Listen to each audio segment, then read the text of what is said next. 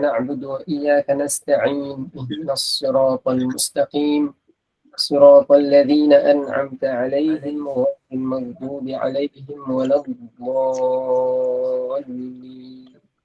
آمين. Amin ya rabbal alamin. Mudah-mudahan kita mendapat keberkatan berada di Taman Ilmu pada pagi yang penuh ceria ini. Ya Allah, ya Rahman, ya Rahim.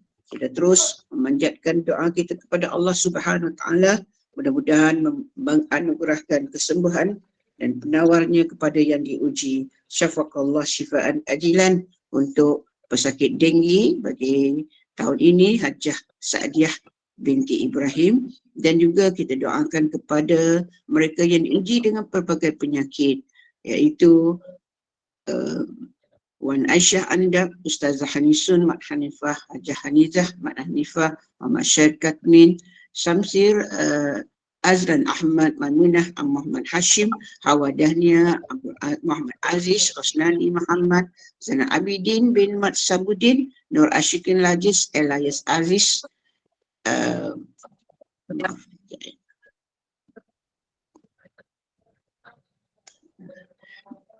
Latifah Hussein, Sharifah Farida, Syed Ahmad, Zahra Hussein, Muhammad Faiz Mohsin, Siti Rohani Ismail, Roslinda Mak Yusof, Muhammad Saiful Karimi Mak Yusof, Rosilawati Syarif, Roslinda Abu Razak, Siti Nur Zalizawati Amran, Nur Nina Abu Nasir, Khairul Bari Harun, Ismail Muhammad Yunus Najah, Abdul Rahman, Yaruhaiza Haji Ahmad, Sofian Ahmad, Siti Hawa Abdul Rahman, Azihan Mat Saman, Fazilah Muhammad, Hanisah binti Hashim, Muhammad Ilham Danish bin Muhammad, Nurul Asilah Muhammad Yusuf, Samir Husaini Muhammad Yusuf, Azwani Husaini Muhammad Yusuf, Muhammad Azri Husaini, Muhammad Yusuf bin Haji Omar, Zahara bin Muhammad sekeluarga, Amran bin Syamsuddin, Munawarah binti Amrul Sabhi, Sa'an Harun, Datin Sharifah binti Zain, Azizah binti Lebaimat, Rufiah binti Kurdi, Siti Rahmah Ja'far, Farhida Fariyati Abdul Ghaffar, Tengku Rozila binti Tengku Azman, Zarina binti Sultan, Kasim bin Abdul Rahman, Ibtisham bin Abdul Rahim, Emilia Nur Raisya binti Muhammad Izzat Nur, dan kepada semua yang tersenarai di Google Meet Gema Nur Iman untuk mohon kita doakan diberikan sifat-sifat itu sebanyak 162 orang, dan juga kita doakan juga kepada para jemaah yang bersama pada pagi ini sekiranya diuji dengan penyakit juga kita doakan diberikan sifat yang sempurna. Majlis kita diteruskan tanpa melengahkan masa dengan segala sukacita. Dipersilakan yang berbahagia Al-Fadil Ustaz Elin Aminin bin Muhammad Saleh untuk memimpin bacaan surah Yasin, doa dan seterusnya tazkirah kisah-kisah dari Al-Quran. Dengan segala sukacita dipersilakan. Terima kasih. Assalamualaikum warahmatullahi wabarakatuh. Bismillahirrahmanirrahim. Alhamdulillahilladzi kawana al-akwan wa dabbara az-zaman. Wassalatu wassalamu al-atamman al-akmalan ala sayyidina Muhammadin sayyidi waladi Adnan wa ala alihi wa sahbihi wa man walahu bi ihsan. Allahumma ya Rabbi yassir wa la tu'assir. Allahumma tamim bil khair wa la hawla wa la quwwata illa billahil aliyyil azim.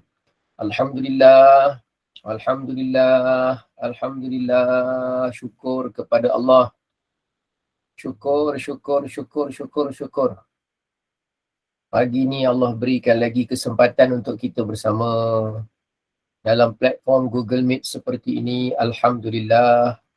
Allah beri sihat, beri tenaga, beri keupayaan, beri semangat, beri kekuatan. Sebahagian daripada kita, kalau dia tak masuk Gema Nur Iman pagi-pagi ni, dia rasa macam kurang pagi ni. Bukan semata-mata kerana Gema Nur Iman tu, tetapi kerana ada ayat suci Al-Quran yang nak dibaca. Ada sebahagian kita ni kalau pagi tak tekan klik Google Gema Nur Iman ni, dia rasa macam ada satu kekurangan pagi. Macam ada benda tak selesai pagi ni. Tapi bukan kerana Gema Nur Iman semata-mata tu, tapi kerana ingin nak dengar satu lagi pelajaran, satu lagi pengajaran, satu lagi iktibar, satu lagi hal-hal yang menambah ilmu dan kefahaman. Alhamdulillah, itu semua kurnia daripada Allah.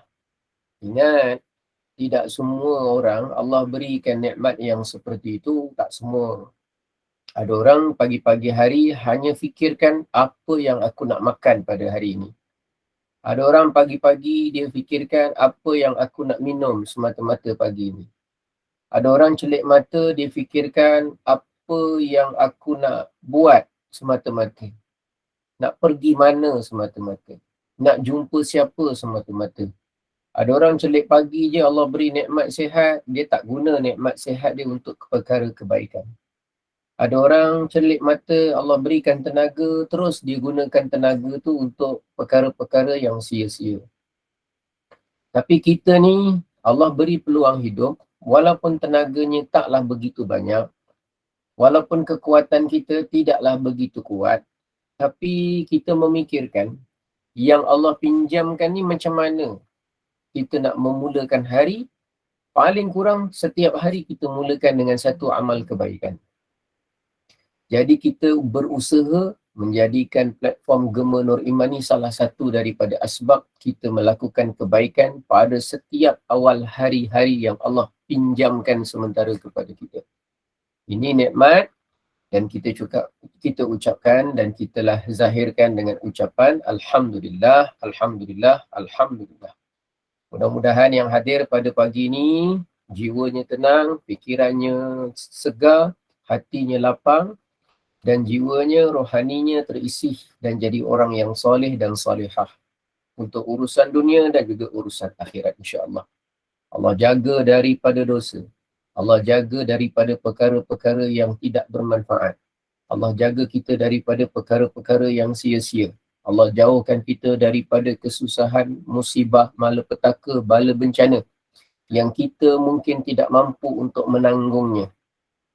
Walau bagaimanapun kita mohon kepada Allah, berikanlah ujian yang sesuai, yang semampu dengan kemampuan kita untuk tempuh dengan baik sebagai hamba Allah.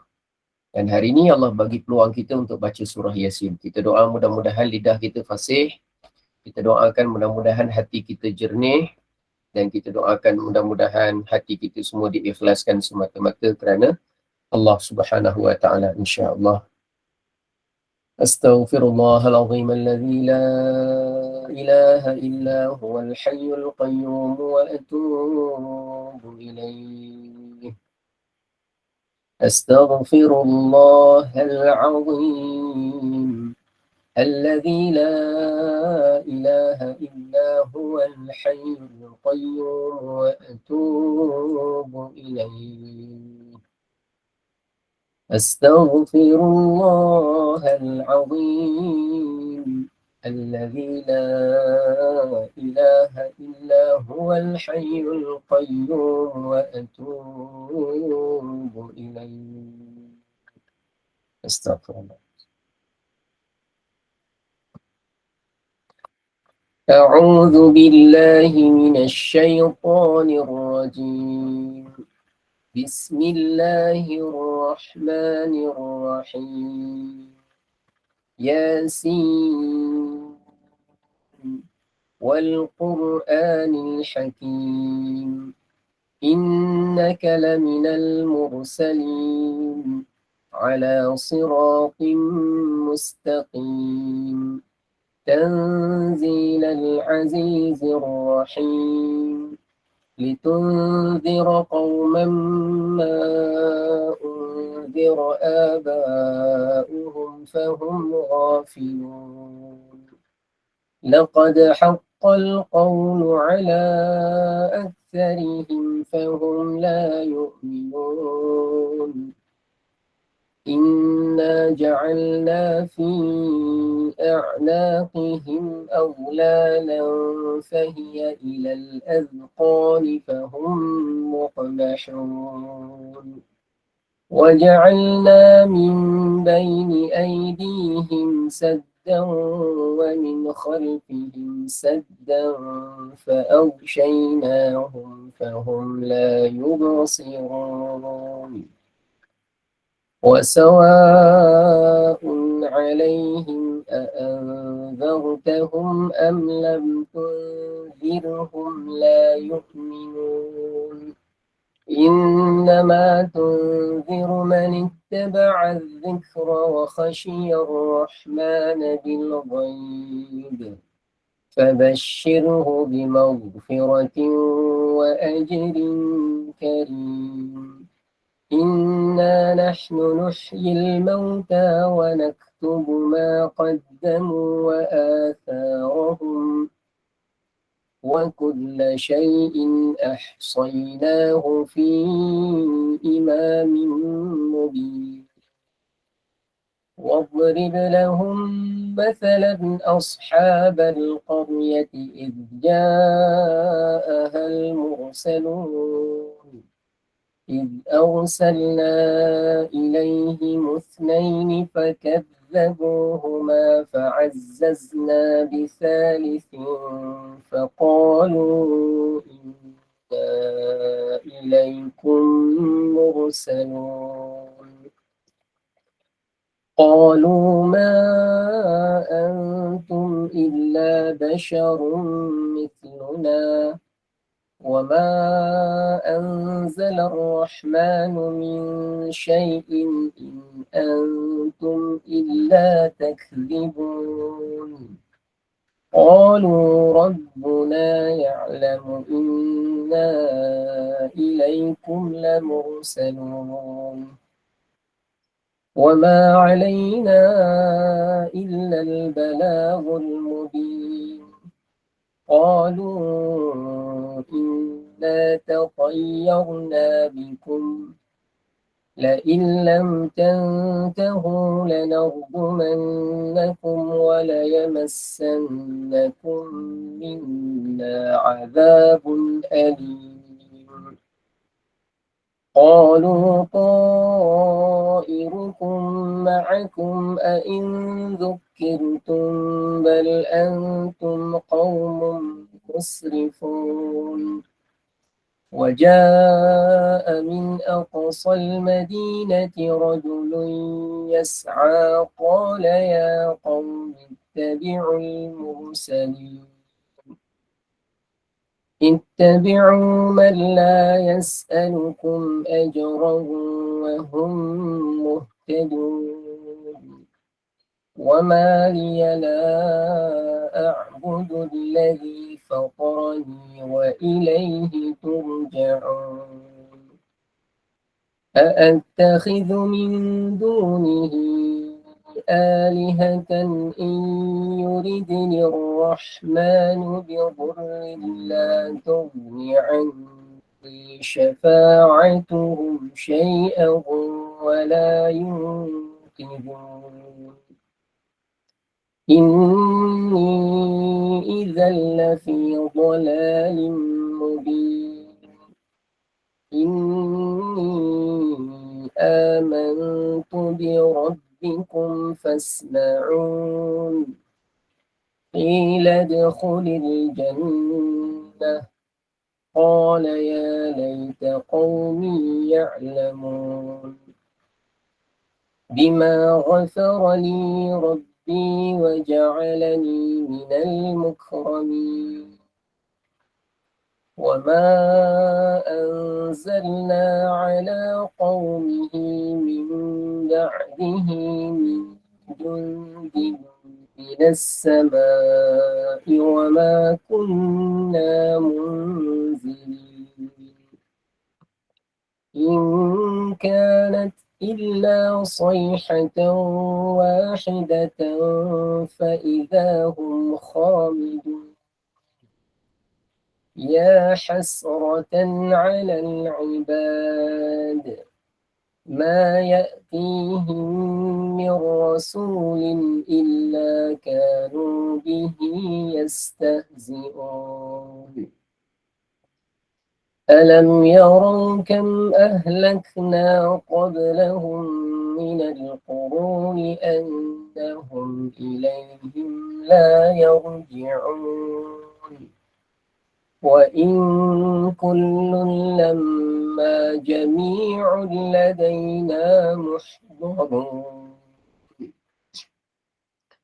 وآية لهم الأرض الميتة أحييناها وأخرجنا منها حبا فمنه يأكلون وجعلنا فيها جنات من نخيل وأعناب وفجرنا فيها من العيون ليأكلوا من ثمره وما عملته أيديهم أفلا يشكرون سبحان الذي خلق الأزواج كلها مما تنبت الأرض ومن أنفسهم ومما لا يعلمون وآية لهم الليل نسلخ منه النهار فإذا هم مظلمون والشمس تجري لمستقر لها ذلك تقدير العزيز العليم والقمر قدرناه منازل حتى عاد كالعرجون القديم لا الشمس ينبغي لها أن تدرك القمر ولا الليل سابق النهار وكل في فلك يسبحون وآية لهم أنا حملنا ذريتهم في الفلك المشحون وخلقنا لهم من مثله ما يركبون وإن نشأ نغرقهم فلا صريخ لهم ولا هم ينقذون إلا رحمة منا ومتاعا إلى حين وإذا قيل لهم اتقوا ما بين أيديكم وما خلفكم لعلكم ترحمون وما تأتيهم من آية من آيات ربهم إلا كانوا عنها معرضين وإذا قيل لهم أنفقوا مما رزقكم الله قال الذين كفروا للذين آمنوا أنطعم من لو يشاء الله أطعمه إن أنتم إلا في ضلال مبين ويقولون متى هذا الوعد إن كنتم صادقين ما ينظرون إلا صيحة واحدة تأخذهم وهم يخصمون فلا يستطيعون توصية ولا إلى أهلهم يرجعون ونفخ في الصور فإذا هم من الأجداث إلى ربهم ينسلون قالوا يا ويلنا من بعثنا من مرقدنا هذا ما وعد الرحمن وصدق المرسلون إن كانت إلا صيحة واحدة فإذا هم جميع لدينا محضرون فاليوم لا تظلم نفس شيئا ولا تجزون إلا ما كنتم تعملون إن أصحاب الجنة اليوم في شغل فاكهون هم وأزواجهم في ظلال على الأرائك متكئون لهم فيها فاكهة ولهم ما يدعون سلام قولا من رب رحيم وامتازوا اليوم أيها المجرمون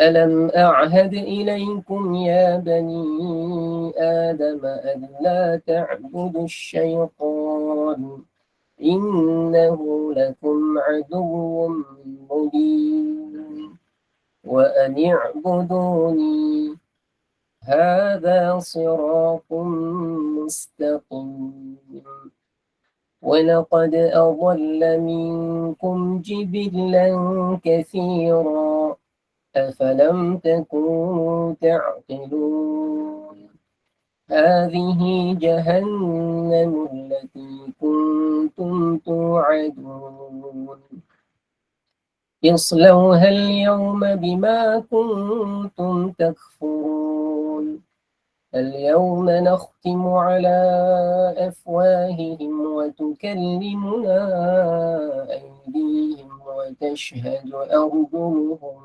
بما كانوا يكسبون ولو نشاء لطمسنا على أعينهم فاستبقوا الصراط فأنى يبصرون ولو نشاء لمسخناهم على مكانتهم فما استطاعوا مضيا ولا يرجعون ومن نعمره ننكسه في الخلق أفلا يعقلون وما علمناه الشعر وما ينبغي له إن هو إلا ذكر وقرآن مبين لينذر من كان حيا ويحق القول على الكافرين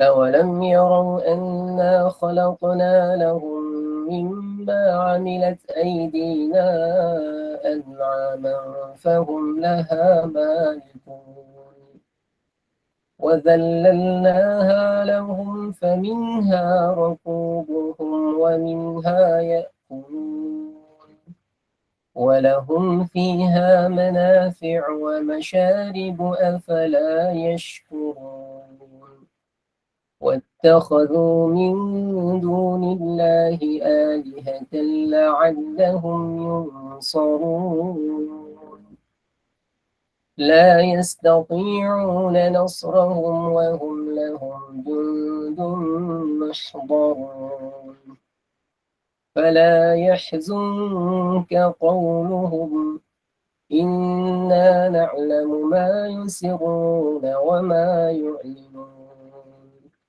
أولم ير الإنسان أنا خلقناه من نطفة فإذا هو خصيم مبين وضرب لنا مثلا ونسي خلقه قال من يحيي العظام وهي رميم قل يحييها الذي أنشأها أول مرة وهو بكل خلق عليم الذي جعل لكم من الشجر الأخضر نارا فإذا أنتم منه توقدون أوليس الذي خلق السماوات والأرض بقادر على أن يخلق مثلهم بلى وهو الخلاق العليم إنما أمره إذا أراد شيئا أن يقول له كن فيكون فسبحان الذي بيده ملكوت كل شيء وإليه ترجعون. صدق الله العظيم. أستغفر الله العظيم. أستغفر الله العظيم. أستغفر الله العظيم. إن الله غفور رحيم. بسم الله الرحمن الرحيم. الحمد لله رب العالمين حمدا يوافي نعمه ويكافئ مزيده. يا ربنا لك الحمد كما ينبغي لجلال وجهك وعظيم سلطانك. والصلاة والسلام على سيدنا وحبيبنا وشفيعنا ونبينا محمد سيد الأنبياء والمرسلين وعلى آله وأصحابه الطيبين الطاهرين. بسم الله الشافي، بسم الله الكافي، بسم الله المعافي، بسم الله الذي لا يضر مع اسمه شيء في الأرض ولا في السماء وهو السميع العليم. نعوذ بكلمات الله التامات من شر ما خلق. اللهم إنا نعوذ بك من البرص والجنون والجذام، ونعوذ بك يا الله من سيء الأسقام. اللهم عافنا وعافهم من كل بلاء الدنيا وعذاب الآخرة. اللهم ارفع عنا القحط والغلاء والوباء وجميع أنواع البلاء برحمتك يا أرحم الراحمين. Ya Allah, ya Tuhan kami doakan buat orang-orang yang kami mengingati mereka, kami kasih kepada mereka, kami selalu ingin mereka berada dalam keadaan sihat walafiat. Kami mohon kepadamu ya Allah untuk mereka agar mereka diberikan keafiatan, diberikan syifa, diberikan penawar, diberikan kesembuhan, dikurniakan semula kesihatan, diberikan kekuatan iman dan ketakwaan, agar urusan mereka ketika mana ditimpa dengan sakit dan penyakit dipermudahkan. Ya Allah, ya Tuhan kami, berat mata kami memandang, berat lagi bahu mereka yang memikul. Ya Allah, ya Tuhan kami, permudahkanlah urusan istinja mereka, permudahkanlah urusan buang air kecil dan buang air besar mereka, permudahkanlah urusan makan dan minum mereka, permudahkanlah urusan pergerakan mereka. Berikanlah ya Allah bantuan yang selayaknya, yang sebaiknya, yang sesempurnanya kepada mereka, agar mereka dapat menguruskan diri mereka tanpa menyebabkan orang lain terasa terbeban, tanpa menyebabkan orang lain merasa susah dengan keberadaan mereka. Berikanlah kekuatan, ketabahan hati, kesabaran dan juga kecekalan kepada ahli keluarga mereka yang menjaga mereka, yang menghantarkan mereka mendapatkan rawatan, yang menyelenggarakan keperluan mereka, yang menyiapkan tentang keinginan-keinginan mereka.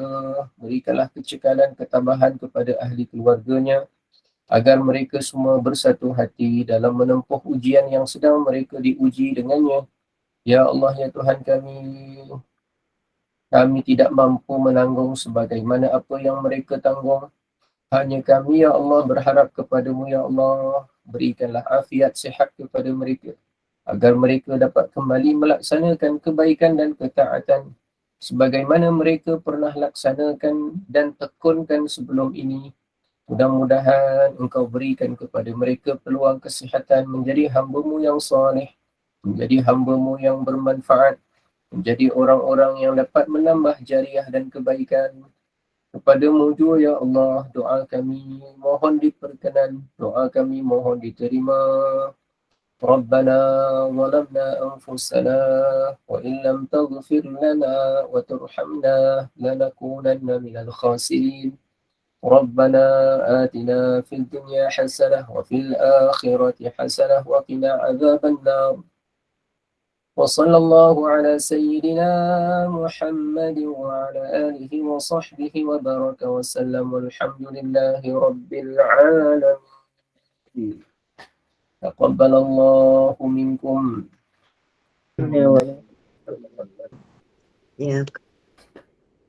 بسم الله الرحمن الرحيم. الحمد لله وكفى والصلاة والسلام على حبيبنا المصطفى وعلى آله وأصحابه الذين اجتباه.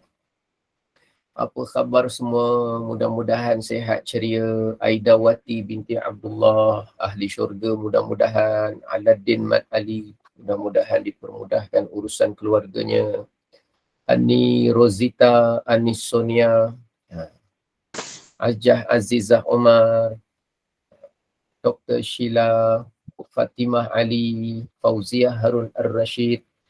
Mudah-mudahan keluarganya berbahagia, sihat walafiat. Halijah Sa'id, Aslina Abu Hassan, mudah-mudahan diberkati umurnya, diluaskan rezekinya. Hayati Muhammad Aris, Jamaliah Osman, Tuan Jalal Kompang, Masya Allah. Khairi Rashidah Hadiyati Salihuddin, Hajah Hadiyati, Hajah Khairun Majid, Maimunah Muda Mazirah Muhammad, mudah-mudahan orangnya ceria, gembira, hatinya lapang.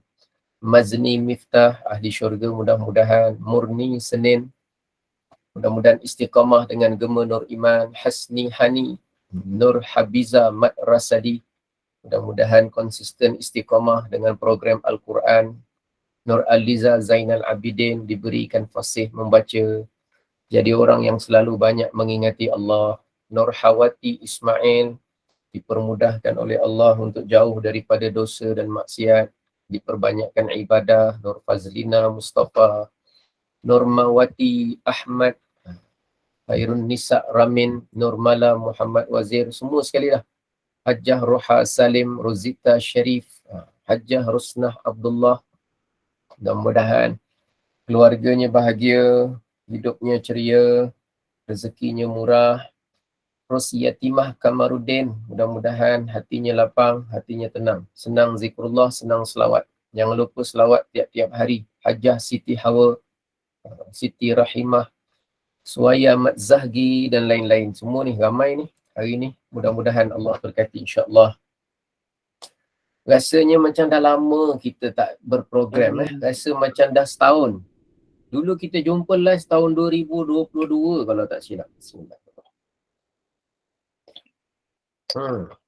Rasa macam dah setahun pula.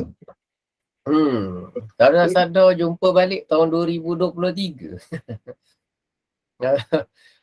Rasa macam dah lama pula. Ya Allah, last tahun lepas kita jumpa ya. Dah lama dah. Ya Allah, sebenarnya umur kita ni, usia bertambah, umur semakin pendek, bilangan nombornya semakin banyak, hakikat masa yang tinggal semakin sempit. Jadi kita ni syukur kepada Allah, Allah bagi peluang kita sempat merasa tua yang bermanfaat umurnya. Allah beri kita sempat sehat, dapat berkat dengan bacaan Al-Quran. Ini nikmat besar daripada Allah.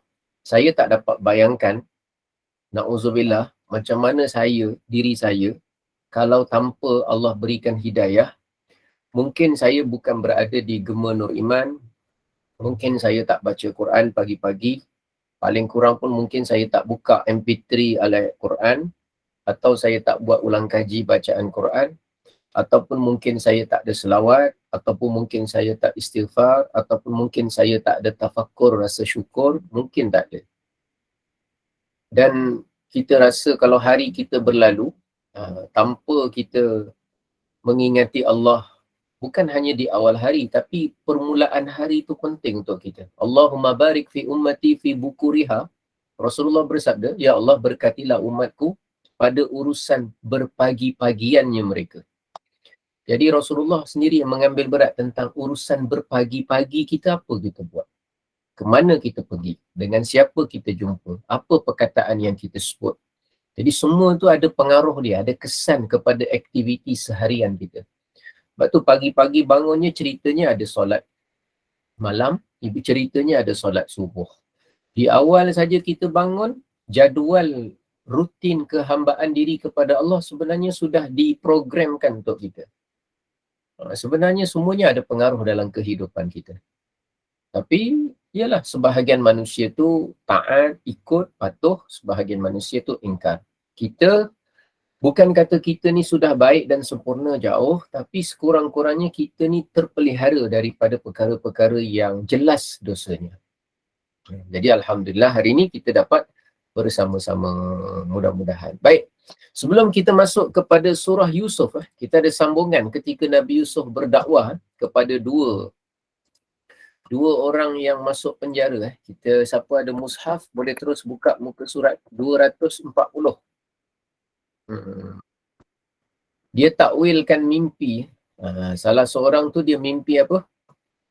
Dia mimpi dia sedang memerah memerah anggur untuk disediakan minuman, untuk dijadikan sebagai arak, sebagai bahan minuman lah. Yang seorang lagi dia mimpi apa? Dia bawa roti atas kepala, kemudian ada burung datang untuk makan roti tersebut. Jadi ni sambungan cerita dia, apa takwil mimpi dia. Tapi hebatnya Nabi Yusuf, dia tak takwil mimpi dulu. Sebelum kamu nak tanya mimpi-mimpi ni, aku beritahu dulu siapa yang ajar aku ilmu mimpi ni. Supaya kamu jangan kagum dengan aku, tapi kagum dengan dia yang mengajarkan aku tentang kehebatan mentafsir mimpi. Siapa yang ajarkan kepada Nabi Yusuf cara ilmu tafsir mimpi ni?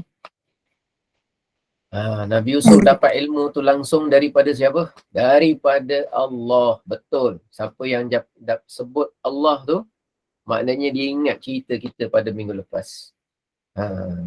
Allamani mimma allamani Rabbi, kan?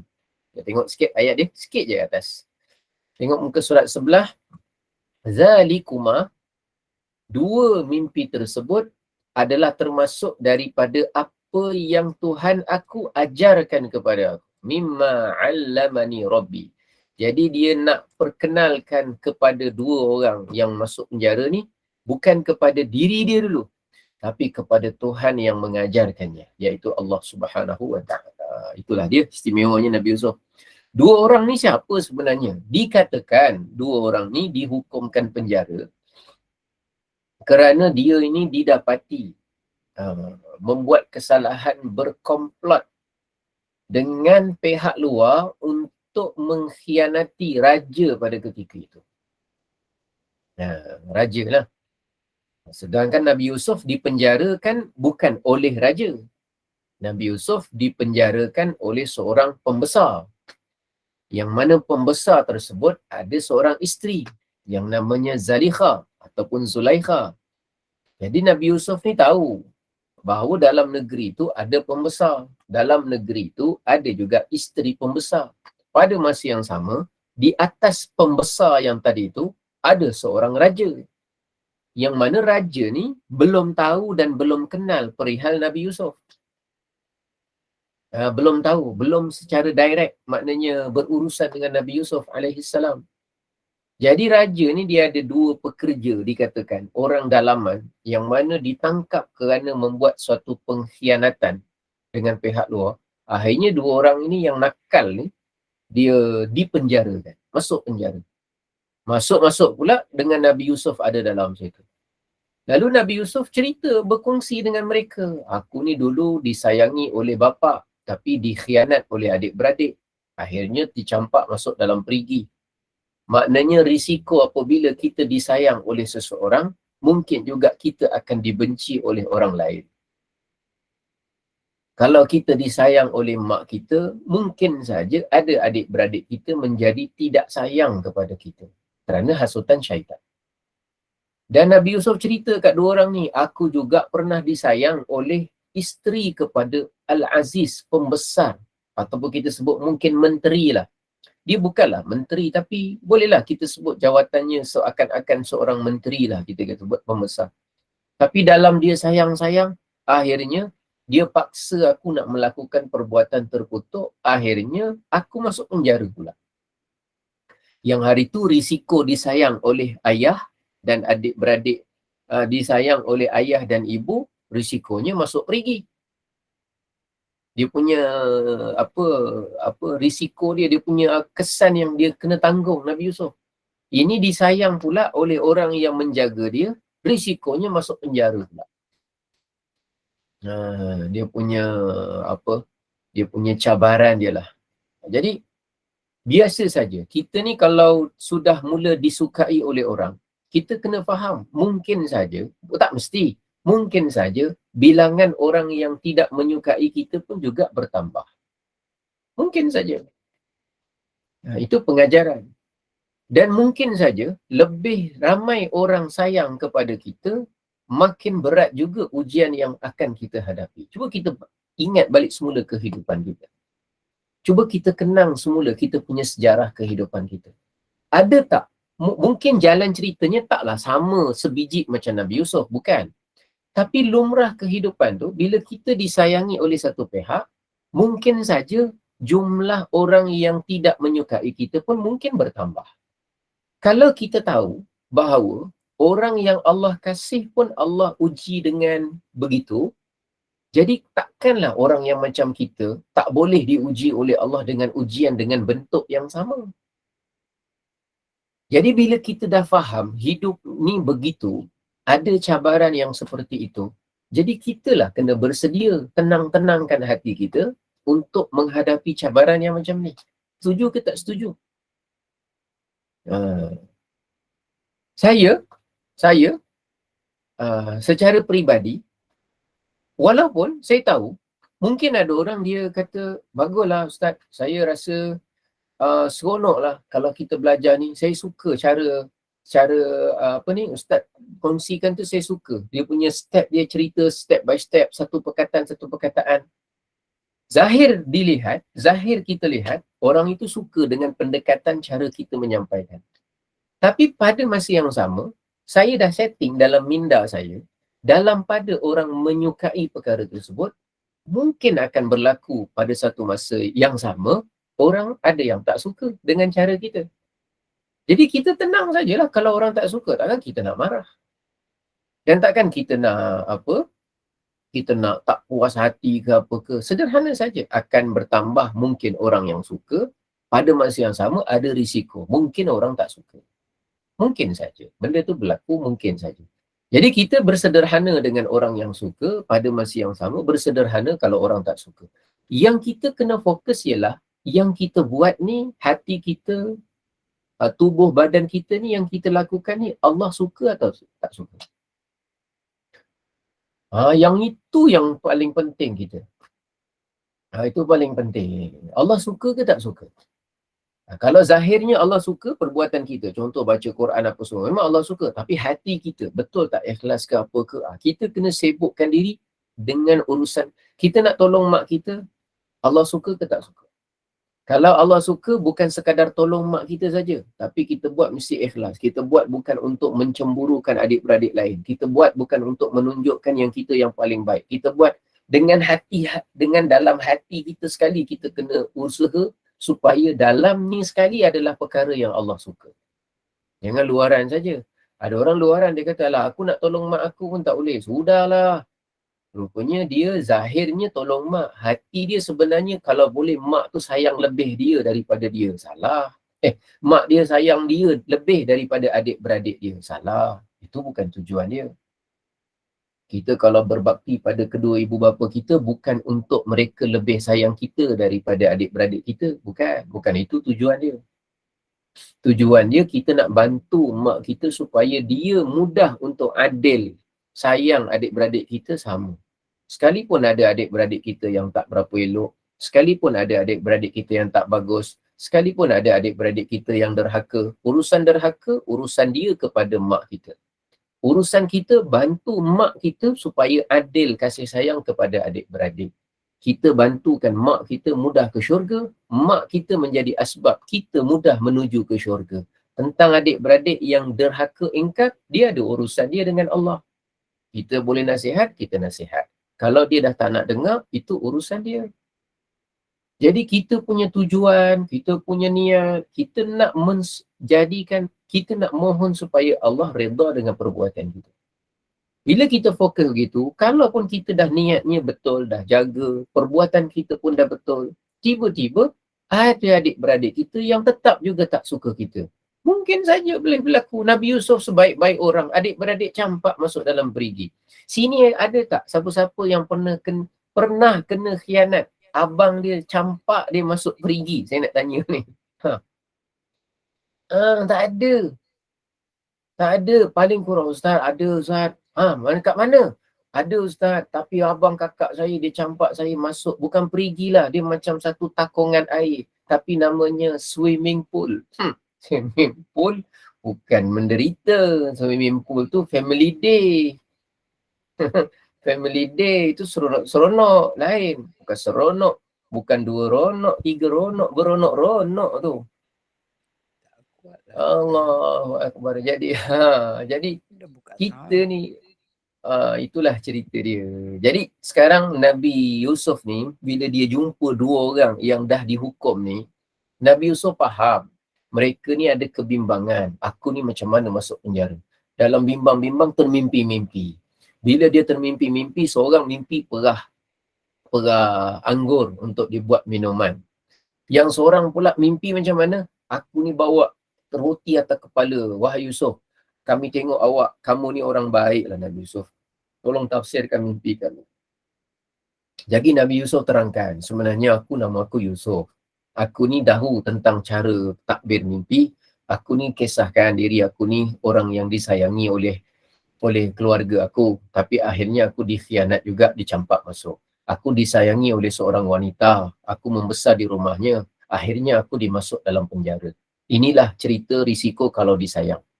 Kamu pula yang berdua ni, dalam pada kamu bertugas, kenapa kamu buat perkara-perkara yang menyalahi? Kamu kena tahu, takwil yang aku boleh takwil mimpi ni pun, ini pun diajar oleh Tuhan aku.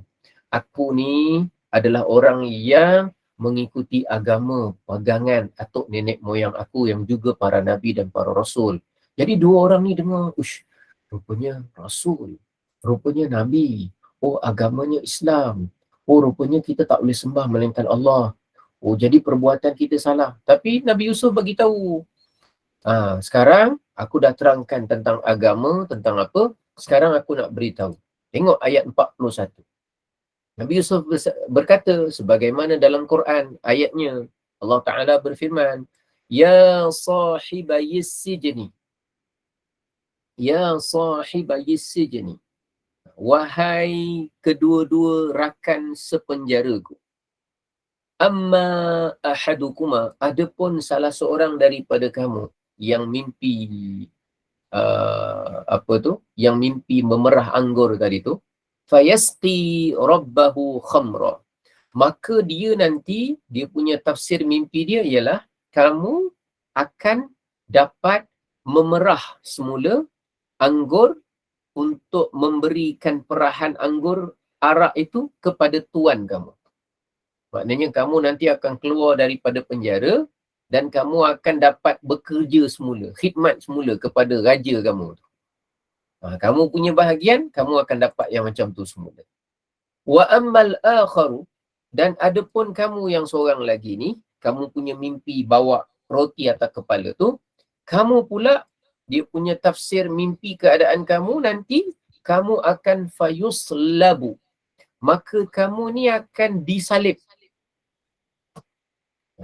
Daripada perkataan salaba, perkataan salib, dia akan disalib, fatakulu tayru, maka nanti daripada situ lepas kamu disalib, maka nanti kemudian akan ada burung makan daripada kepala kamu. Jadi kena salib, lepas tu mati, burung datang kat kepala dia, makan dekat situ. Lalu kata Nabi Yusuf, selesailah. Qudiyal amru alladhi tastaftiyan. Fihi tastaftiyan. Maka kata Nabi Yusuf, maka selesailah perkara yang padanya kamu meminta fatwa. Tastaftiyan, minta fatwa, maknanya bukan fatwa hukum, tapi minta penjelasan berkenaan dengan tafsir mimpi.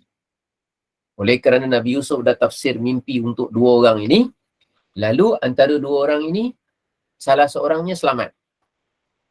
Salah seorangnya akan keluar semula dari penjara. Salah seorangnya akan sambung berkhidmat dengan raja. Berdasarkan tafsir Nabi Yusuf ni. Salah seorang. Lagi orang yang kedua, dia akan mati. Dia akan disalib. Dia akan dihukum. Dan ketika dia mati disalib, nanti akan ada burung datang di kepala dia, makan daripada kepala dia. Jadi itu tafsir mimpi yang diberikan oleh Nabi Yusuf alaihissalam. Luar biasa Orang adalah orang yang betul. Seorang rasul, seorang nabi, dia tafsir, takbir pula, takwil mimpi. Kalau kita dengar takwil mimpi untuk diri kita, Terkejut kita. Macam mana ni? Sebab yang tafsir mimpi ni bukan ahli nujum. Yang tafsir mimpi ni bukan tukang ramal. Yang tafsir mimpi ni bukan orang-orang sebarangan yang mungkin buat cerita mengagak-ngagak dan meneka-neka meramal-ramal semata-mata. Tapi dia adalah seorang yang soleh, orang yang baik, kekasih Allah. Lalu kalau dia berikan tafsir, pastilah benar. Lalu Nabi Yusuf, antara dua orang ni, Nabi Yusuf cakap dengan orang yang akan keluar penjara nanti.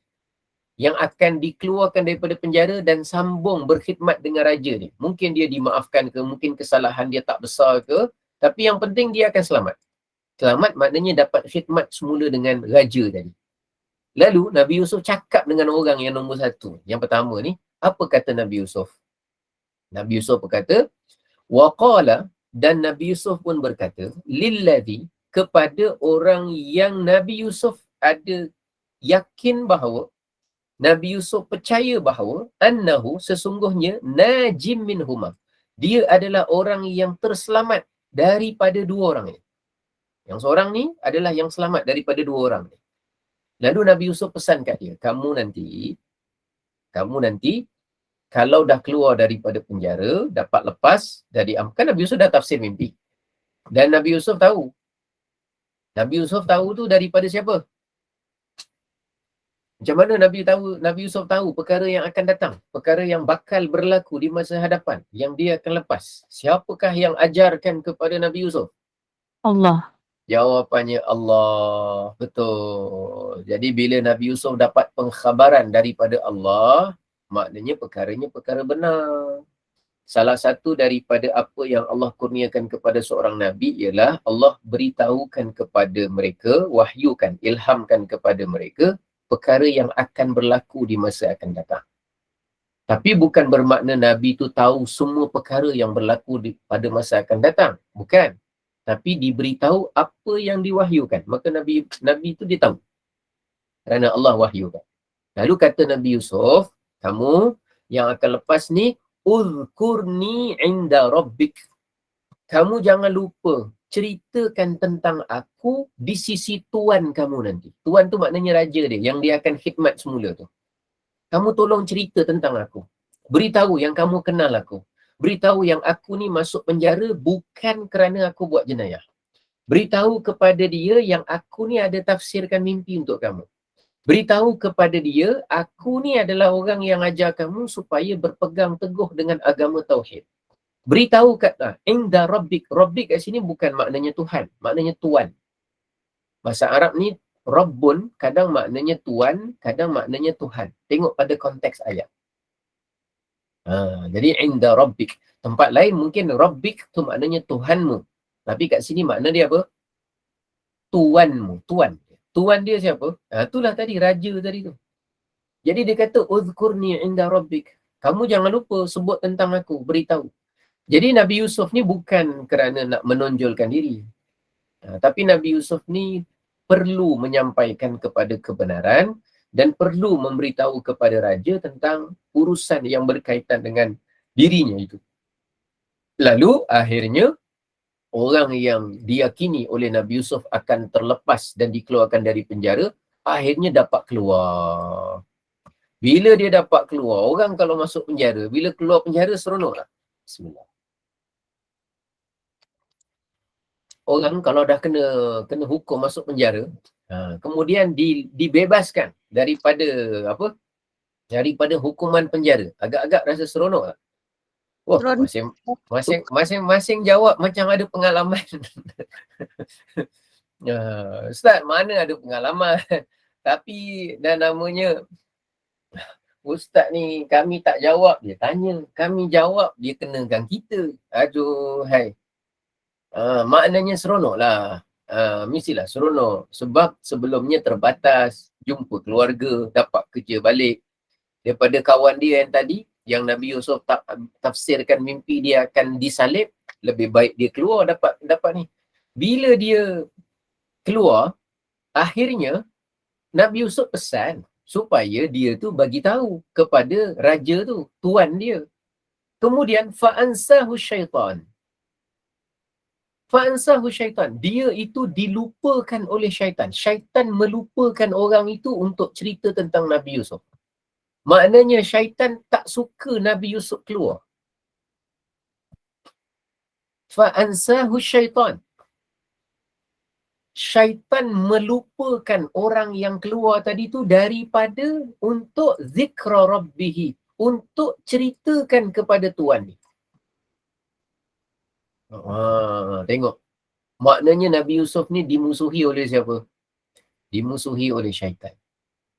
Dimusuhi oleh syaitan. Dia tak suka, syaitan tak suka yang Nabi Yusuf keluar daripada penjara. Sebab Nabi Yusuf kalau dia keluar dari penjara, terbukti kebenarannya, dan kemudian dia dapat menemui raja, dan kemudian dia menyatakan kebenaran, maka nanti habislah syaitan, orang lain akan masuk memeluk agama Islam. Habislah nanti semakin ramai akan mendengar dakwah Nabi Yusuf. Makin ramailah nanti orang menerima agama Tauhid. Sampaikan dalam penjara pun dia berdakwah. Sampaikan biarkan jasadku di penjara, tetapi akidah aku tidak terpenjara. Itu Nabi Yusuf. Biar jasad mungkin terkekang, tetapi hatinya, jiwanya tidak pernah lekang daripada mengingati Allah. Prinsip.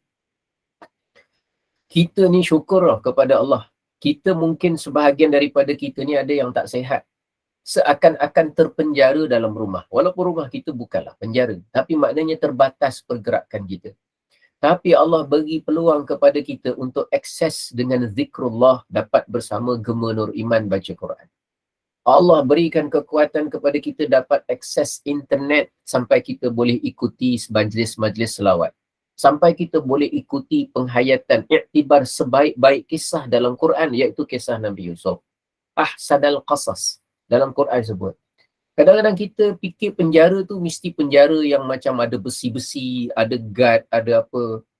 Tapi kita tak pernah terfikir sebenarnya, dalam kita ada orang terpenjara di atas katil di hospital. Tak ubah dia tu, tak ada beza sangat dengan yang namanya banduan. Bukan kerana dia ada kesalahan, tapi kerana dia diuji dengan masalah sakit dan penyakit. Kalau banduan dia ada makan 6 kali, 5 kali. Di hospital mungkin ada makan 5 kali, 4 kali.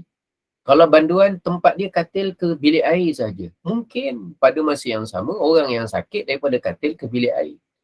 Banduan tak dapat nak, mungkinlah banduan tu dia tak boleh akses internet, tak boleh apa. Kita ni dalam sakit-sakit, dalam tak berapa sihat, Allah beri lagi peluang kita untuk mendengar tazkirah, untuk mendengar peringatan-peringatan daripada Al-Quran.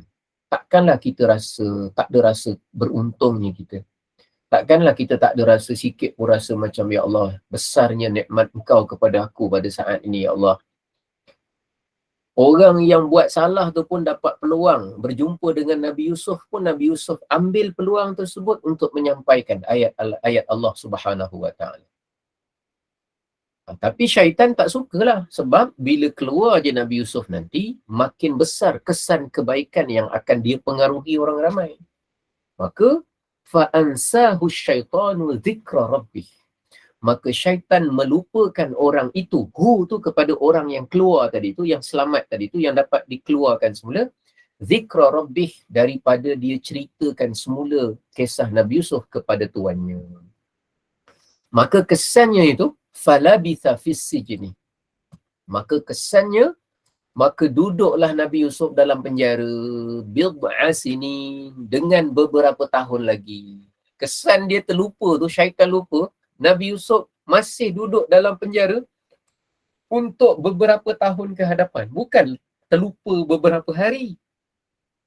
Dia punya lupa dia beberapa tahun. Makin lama Nabi Yusuf dalam penjara. Kerana lupanya orang tu. Dia dah bebas, dia dah seronok, dia dah dapat lepas. Allahu Akbar. Ini cabaran Nabi Yusuf. Dahlah dia dakwah, dahlah dia selamatkan agama orang tu, dahlah dia beri pengharapan, lepas tu dia tafsirkan mimpi. Orang tu dah seronok, tapi syaitan punya tak suka, lupa dia punya lupa makan tahun. Sampai yang namanya apa? Sampai yang namanya Nabi Yusuf, dengan sebab dia lupa, Nabi Yusuf makin lama duduk dalam penjara. Makin lama. Jadi kadang satu orang diuji oleh Allah, dia tak ada buat salah, tak ada buat dosa, tapi terpenjara diri dia. Lalu satu hari, setelah beberapa tahun, Maka berlakulah satu tragedi di mana raja di tempat tersebut, di negara tersebut, di negeri tersebut, satu hari dia pula bermimpi. Raja dekat negara tu dia pula bermimpi. Waqala al-maliku, dan berkatalah Malik, raja tersebut, yang dikatakan raja di Mesir. Dia kata, wahai segala para menteriku, aku sebenarnya ada mimpi. Rupanya raja ni pula menghadapi mimpi. Inni ara, sesungguhnya aku melihat dalam mimpi aku, sab'a baqaratin, aku lihat ada baqarat. Baqarat tahu? Baqarah. Surah Al-Baqarah tahu? Apa makna baqarah? Baqarah, lembu Sab'a tu maknanya, betul, lembu. Betul, tepat sekali, lembu. Aku melihat ada 7 ekor lembu. Simanin, siman tu maknanya samin. Samin tu maknanya gemuk, berisi. Kalau orang Arab kadang-kadang dia sebut simnah ataupun samnah ataupun apa dia sebut, maknanya lemak. Jadi ada aku mimpi, nampak dalam mimpi ada 7 ekor lembu gemuk-gemuk, berisi. Ya'kuluhunna, lembu dimakan oleh, ada yang memakannya. Siapa memakannya? Sab'un ijaf. Dia tu dimakan oleh 7 lembu, sab'un juga, 7 yang kurus. Lembu makan lembu. Pernah tengok sini lembu makan lembu? Saya tak pernah tengok. Wallahu alam, lembu makan lembu. Biasanya siapa makan lembu? Kita makan lembu ke lembu makan kita? Dahsyat manusia Lembu tu lebih besar daripada dia. Lembu tu lebih besar daripada dia, tapi dia yang makan. Kalau ikut saiz, kalau ikut berat, kalau ikut kekuatan, logik akal kita, lembu makan kita. Bukan kita makan lembu. Tapi Allah tundukkan lembu tu untuk kita jadikan makanan. وَذَلَّلْنَاهَا لَهُمْ, dan kami tundukkan semua binatang ternakan itu untuk mereka. فَمِنْهَا رَكُوبُهُمْ وَمِنْهَا يَأْكُلُونَ, ada di kalangan binatang ternakan itu yang dijadikan binatang tunggangan, ada daripada binatang ternakan itu yang mereka makan daripadanya. Nampak? Kalau ikut dari segi logik, lembu dengan kita, kuat siapa? Lembu dengan kita. Siapa lagi besar? Ada tak sini yang dia lagi besar daripada lembu? Ataupun paling kurang sama besar lah dengan lembu. Ustaz sampai hati dia kata kita sama besar dengan lembu. Dia macam tahu aja kita ni dah dia macam tahu aja kita ni dah mula naik 100 kilogram. Aduh, ya Allah. Saya ni tak adalah makan lembu Ustaz, tapi saya makan daging. Nak sebut makan lembu tu macam tak senonoh sangat. Yalah, daging pun daging lembu lah ceritanya. Tapi Allah tundukkan. Sekarang ni bukan lembu makan, bukan orang makan lembu, bukan lembu makan orang. Sekarang mimpinya lembu makan lembu. Cuma yang peliknya, lembu kurus makan lembu gemuk. Mimpi. Mestilah ada takwil dia, mestilah ada tafsir dia. Ini cerita dia mimpi, bukan betul-betul. Tapi mimpi. Kemudian nampak lagi dalam mimpi sab'a sumbulat. Sumbulat tu maknanya tangkai. Tangkai, satu batang pokok itu keluar tangkai kan. Dalam Quran ada cerita tentang tangkai-tangkai ni. Mathalul ladzina yunfiquna fi sabilillah kamathali habbatin. Orang yang infak di jalan Allah tu seperti satu biji. Kamathali habbatin ambatat, yang menumbuhkan sab'a sanabila, yang menumbuhkan 7 tangkai. Sanabil ataupun sumbulat tu maknanya tangkai-tangkai. Ada dalam surah Al-Baqarah ada cerita perkataan sumbulah tu. Jadi cuma raja ni dia mimpi, yang pertama dia mimpi lembu, yang kedua dia mimpi tangkai. Dia nampak ada 7 tangkai yang hijau, wa ukhra yabisat. Dia nampak dalam mimpi dia ada lagi 7 tangkai kering. 7 tangkai basah, 7 tangkai hijau, maknanya basah lah. Basah tu maknanya bukan ada air. Maksud saya basah, faham kan? Tumbuhan basah kita faham maksud dia. Maknanya apa? Bukan mesti ada air tersimbah kan. Fresh. Allah hajah mudah. Fresh, segar. subur, tu maknanya lah. Khudrin, hijau, menghijau, subur. Wa ukhara yabisat. Yabisat, yabis tu maknanya kering. Maknanya kering. Jadi raja ni sudah suspend. Aku ada mimpi lah. Satu mimpi. Malam tadi siapa yang tidur ada mimpi? Saya malam tadi mimpi. Tapi bila bangun saya lupa apa mimpi saya.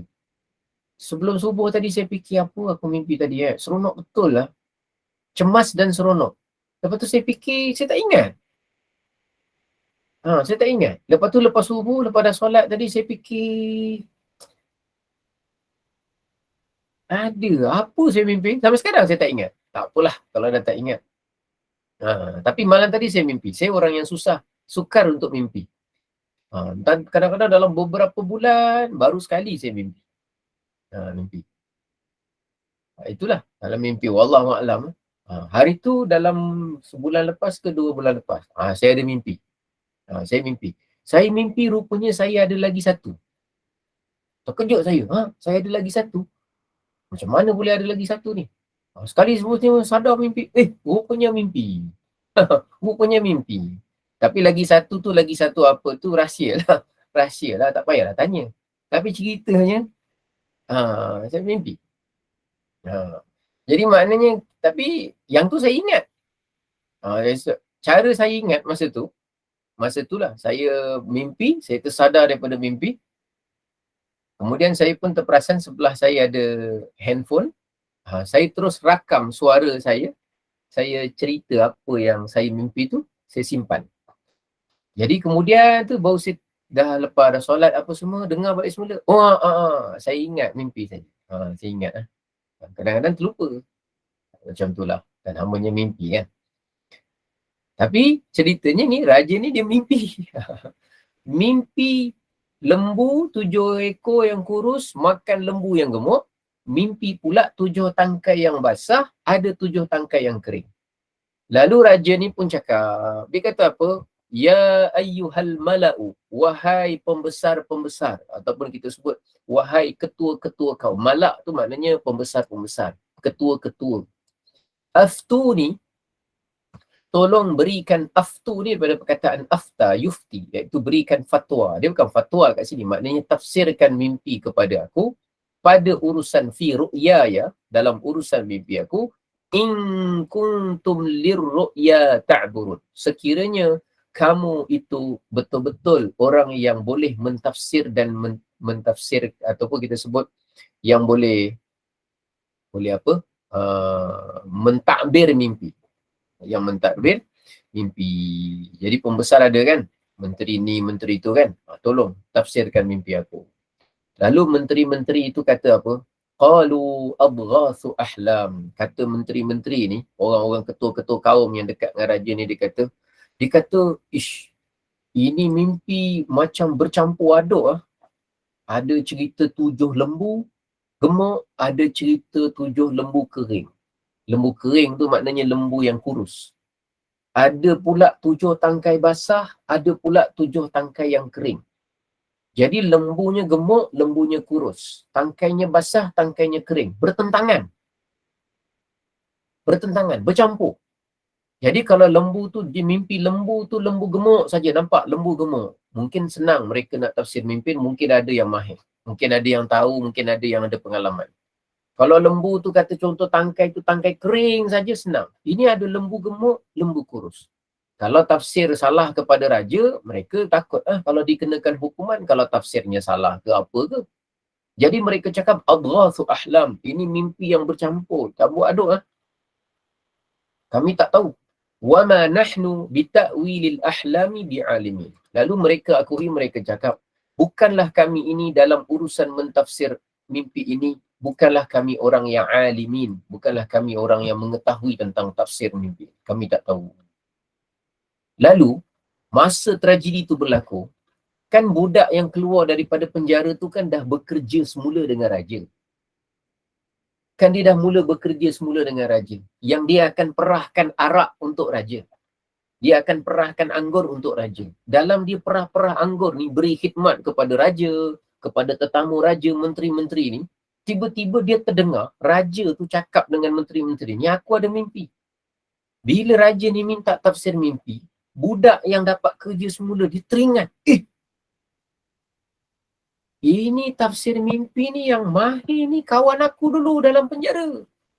Dalam hati dia, aku ni baru dia teringat yang namanya Nabi Yusuf. Ya Allah, dah lepas tahun-tahun dia punyalah fikir pasal diri sendiri tu, sampai dah berlepas bertahun-tahun baru teringat. Itu pun kerana sebab ada isu dalam istana, raja mula bertanyakan tentang tafsir mimpi. Teringat dia kepada orang yang telah mentafsirkan mimpi untuk dia dan betul tafsirnya tersebut. Iaitu dia selamat dan dapat bekerja semula dengan raja yang sedang dia ada depan dia dalam istana tersebut. Lalu apa yang orang ni cakap kepada Nabi Yusuf? Apa yang orang ni cakap kepada raja?